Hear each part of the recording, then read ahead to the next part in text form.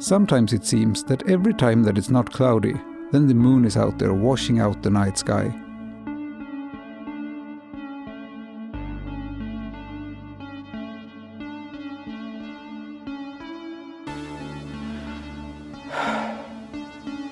It's easy to get frustrated.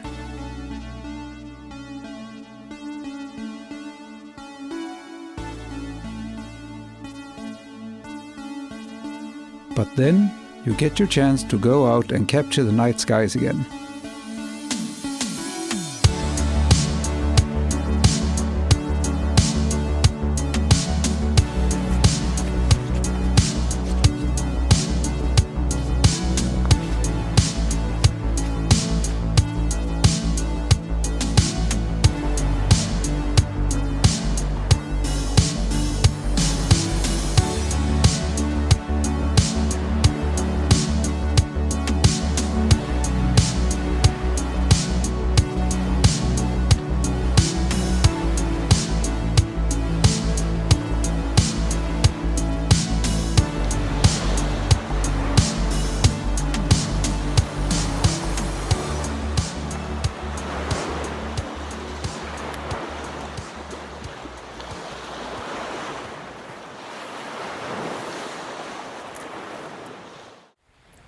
Hi everyone. I hope you can hear me above the wind and the waves here. I am down by my favorite place at Lake Vättern. This is the place where I usually try to capture aurora and also the spring Milky Way season. Tonight will only be a shorter trip, and I am trying to focus and limit myself to one single image. And that is a tracked 24mm sky image with the Canon 6D, the Astro modified one, doing 1.5 minute exposures at ISO 800 and f2.8. So tonight there was actually a forecast for some pretty good aurora chances, but the forecast was very, very uncertain. So I thought that if the aurora turns up, it will ruin my Milky Way shots, but then I will get some aurora shots instead. So however it turns out, it's a win-win for me. So I'm really, really happy to be back down here again, capturing the spring Milky Way for the first time this season. So I'm just going to let the AstroTrack and the 6D run its exposures, and in the meantime I will take the foreground exposures with this camera, with the Canon R6, and I will try to use, there is like a cliff rock formation that goes out into the water, and I will use that and the water as a foreground, and it's from the same angle as I'm doing the sky exposures. So let's get started. I'm going to try to do a few H-alpha exposures here as well. I haven't had as much luck with that lately due to light pollution and stuff, but I'm gonna give it a try here. Let's see if I can get that filter centered properly this time. I've had a bit of trouble with that. I think there's some high level haze in the air today, because I can't really see the stars as clearly as I'm used to. And also when there are cars passing by, I can see the headlights a bit more than I would like to.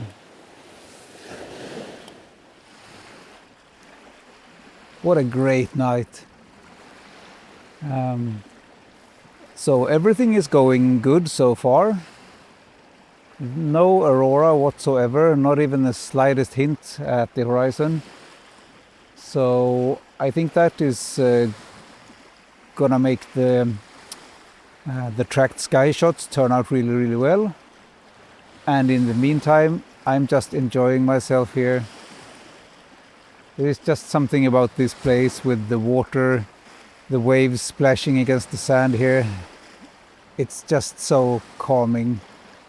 The water is a bit higher than I had expected, because when I went down here a week ago, or maybe 2 weeks ago, it was actually possible to walk out onto this cliff formation, but now there's no chance. I brought my boots, but I'm not sure I dare try going out there anyway, so in the meantime I'm just going to sit here, relax and enjoy the night.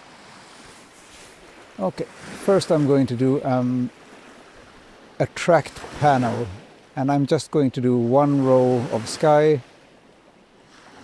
and one row of the foreground, and this is at 24 millimeters, so I think it will be 3 shots for the foreground and 3 shots for the sky.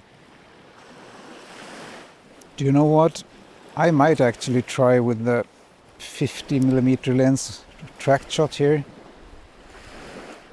Yeah, I should do a panel, shouldn't I? Yeah, I think I'm gonna do that. I'm doing a panel with the Sigma 50 millimeter lens instead here. So I'm doing, for the sky, I'm doing 2 rows with 3 images each. So it's a 3x2 image, or 3x2 panels, and each panel is 4 times 30-second exposures at f2.8 and ISO 1600. And then I will do 1 row with 3 panels for the foreground. I will capture the Cygnus region here at a perfect height above the horizon, so that it falls just between the first and the second row of images. One of the reasons that I'm doing 4 times 30-second exposures instead of, for example, 1 2-minute exposure at lower ISO is that for me there's just too much risk of car headlights ruining the exposure, or satellite trails and all of that. So by stacking four images instead, I get a better result. This is such a beautiful night. I love the sound of the waves. Of course, there is also something very special about these totally calm nights when there's just some minimal sounds from the water. But yeah, it's something about these waves as well. Well, I guess that's all for tonight. Everything went just as planned for once. No aurora, but then I could do my Milky Way photography instead. And I just finished my sky shots when this airplane here started disturbing the sky. I'm not sure if you can see it on this camera, but there's an airplane with some really, really bright lights just lighting up everything. So I'm really happy I got to shoot the last of my sky shots before that one turned up. So this was a bit of a shorter Nightscape vlog from me, but I hope you enjoyed it anyway, and I really hope my images turned out well.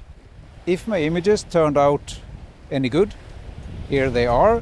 So thank you for watching, and I will see you next time. As it would turn out, the images were a pain to edit due to some weak aurora and airglow and the haze that was reflecting light pollution and lights from oncoming traffic. But in the end, I think they turned out really well.